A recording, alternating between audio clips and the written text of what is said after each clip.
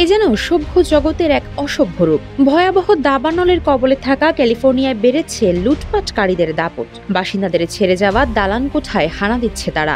এমনকি সরকারি দপ্তরগুলোও ছাড় পাচ্ছে না লুটপাটকারীদের হাত থেকে। গুম হয়ে যাচ্ছে অনেক গুরুত্বপূর্ণ নথি। লুটপাটের ঘটনায় কয়েকজনকে আটক করা হলেও এই নজিরবিহীন লুটপাট ঠেকাতে হিমশিম খাচ্ছে সেখানকার আইন শৃঙ্খলা রক্ষাকারী বাহিনীর সদস্যরা। যুক্তরাষ্ট্রের লস অ্যাঞ্জেলসের ভয়াবহ দাবানল এক সপ্তাহ পরেও নিয়ন্ত্রণে আসেনি, বরং অঞ্চলটিতে বাতাসের গতিবেগ বাড়তে থাকায় আগুন আরও ছড়িয়ে পড়ার আশঙ্কা তৈরি হয়েছে বলে জানিয়েছে বিবিসির এক প্রতিবেদনে বলা হয়েছে, এই অবস্থায় প্রাণ বাঁচাতে ঘরবাড়ি ও ব্যবসা প্রতিষ্ঠান ছেড়ে পালাচ্ছেন আক্রান্ত এলাকার বাসিন্দারা। আর এই সুযোগ কাজে লাগিয়ে অনেকেই ব্যস্ত হয়ে পড়েছেন চুরি ও লুটপাটে। দাবানলে পুড়তে থাকা এলাকায় চুরি ও লুটপাট চালানোর ঘটনায় নতুন করে আরও 10 জনকে আটক করা হয়েছে। এর মধ্যে 3 জন ব্যক্তির বিরুদ্ধে $2 লাখ বেশি অঙ্কের মালামাল লুটের অভিযোগ রয়েছে বলে জানিয়েছেন লস অ্যাঞ্জেলসের ডিস্ট্রিক্ট অ্যাটর্নি নাথান হোচম্যান। এ নিয়ে গত কয়েকদিনে লুটপাটের অভিযোগে অন্তত 39 জনকে আটক করল যুক্তরাষ্ট্রের আইন শৃঙ্খলা রক্ষাকারী বাহিনীর সদস্যরা।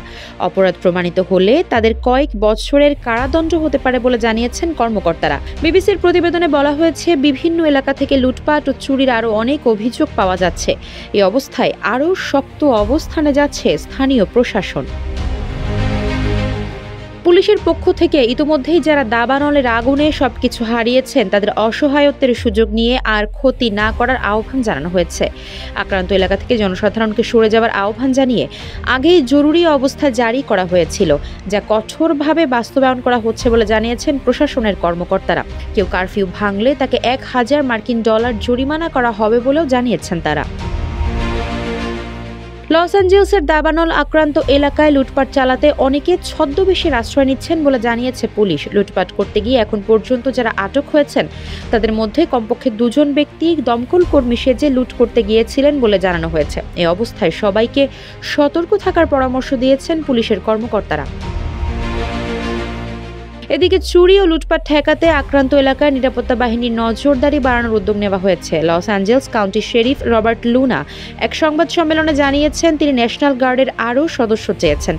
400 ন্যাশনাল গার্ড এরই মধ্যে কাজ করছে। ক্যালিফোর্নিয়ার গভর্নর গেভিন নিউসন এর আগে 1000 অতিরিক্ত ন্যাশনাল গার্ড সদস্য মোতায়েনের ঘোষণা দিয়েছিলেন।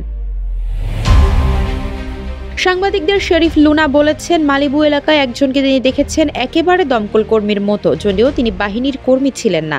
তিনি একটি বাড়িতে লুটপাট করছিলেন। এমন পরিস্থিতি পুলিশ কর্মকর্তাদের মোকাবেলা করতে হচ্ছে বলে জানান।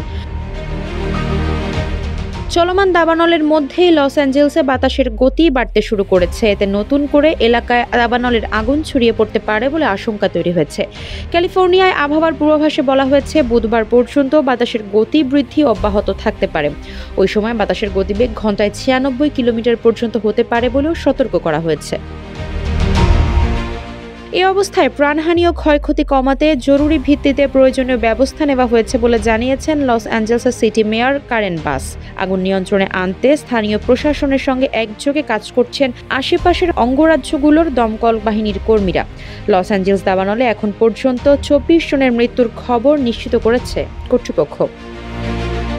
আফসারা নাজ, নিউজ ডেস্ক, ইত্তেফাক।